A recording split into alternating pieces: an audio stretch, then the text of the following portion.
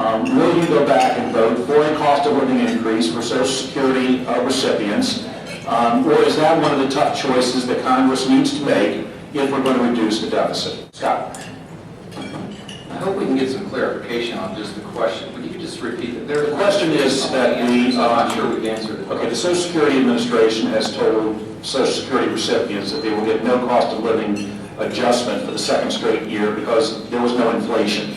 Right. Inflation was negative, I thought is what they said. So, but there's going to be a lot of pressure on whoever goes to Congress. It may happen before this next Congress is seated, but let's say it happens when the next Congress is seated, to vote anyway to give seniors a increase in their benefits. How would you vote? And do you think this is a choice that a congressman has to make if we're ever to reduce the deficit? We are in an extraordinarily difficult economic environment. Every family here, I'm sure, represented has been rocked by this recession.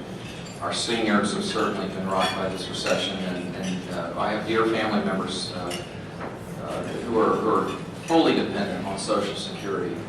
That said, I would not, if we went back to Congress this year, I would not vote for an increase this year. It's supposed to be tied into inflation. And Joel, I think this is one of those difficult choices because of the extraordinary circumstances that we're in and the sacrifice that needs to be made in even much greater way in so many other areas of our budget.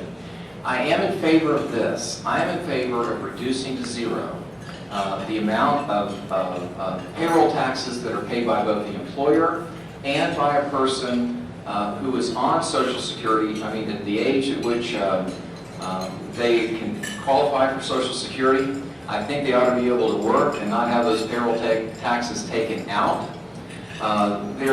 We need to have an incentive for our employers to continue to keep our seniors working. And I have seniors in our own lives who want to work, and yet they're caught in between this weird place where they're actually penalized for wanting to continue to work. These are the kind of, I think, innovative ideas that I want to bring to Congress that would help get our economy going again, would recognize the fact that our seniors are living longer, and so many of them want to go out and continue to work and be a part of our economy, and yet the way Social Security is set up now, there's actually a disincentive for them to work. And with all due respect here, I'm not trying to be combative here, but I really truly don't know if the congressman would have voted yes or no to answer that specific question. And I defer whatever 5 seconds I have. All right, I'll ask the congressman, how would you vote if to answer this question, or do you feel like you did answer the question?